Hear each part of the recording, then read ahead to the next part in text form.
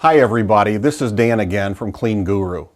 If you remember last time, we talked about what could an independent cleaning business do or say when they get a call from one of their regular customers.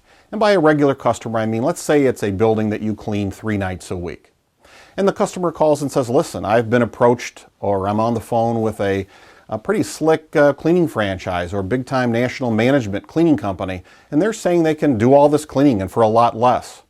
What can you say? Well, remember last time we talked about really pressing the point about the connection between time, the hours spent cleaning a business, and the quality, that there is a direct connection.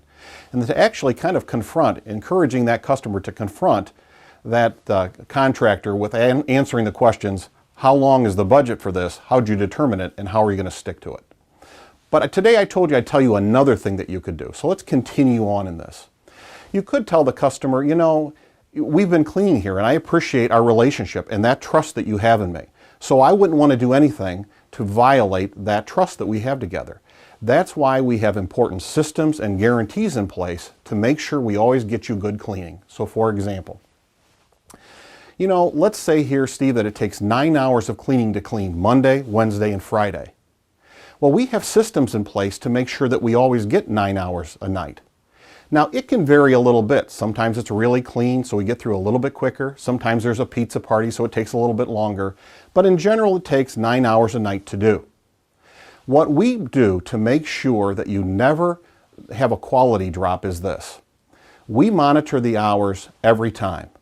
So in a given week, and this is just an idea, now this would take some effort. This would take your company creating a system to make sure that you could actually live up to deliver this.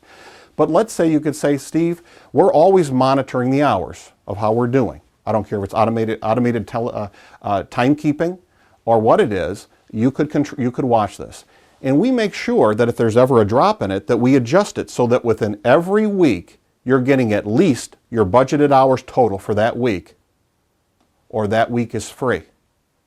Now I know that's pretty dramatic, but I want you to think about this for just a minute.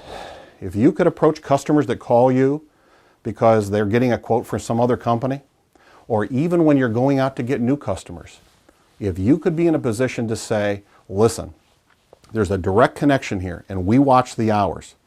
Sir or madam, you've probably heard of companies that start off really great. In fact, it's so common that it's become kind of a cliche. Cleaning companies, you hear it all the time. Cleaning companies start out great and then pretty quickly it goes downhill. So what starts off at 6 hours becomes 5 hours, becomes 4.5, and now you're hearing stories about, you hear the term trash and dash, which is amateur stuff, but there's way too much of it, which is people just putting out toilet paper, emptying a few trash cans, and if you're lucky, running the vacuum cleaner around. Well, that's not what we're about. And if you can impress upon your customer or your prospects and say, listen, this is a system we have in place. We watch the hours, and every week we adjust it to make sure you're getting your budgeted hours every week, or that week is free. Now that certainly is an effort on your part, but boy, would that marketing message would make a big impression, not only on the customer who was thinking about maybe leaving you. Now they go, boy, that's why you can always guarantee me good quality. It would also make a big impression on prospects. So when you went out and said, listen, I don't know how many other cleaning contractors can guarantee you this, but here's how we operate our company.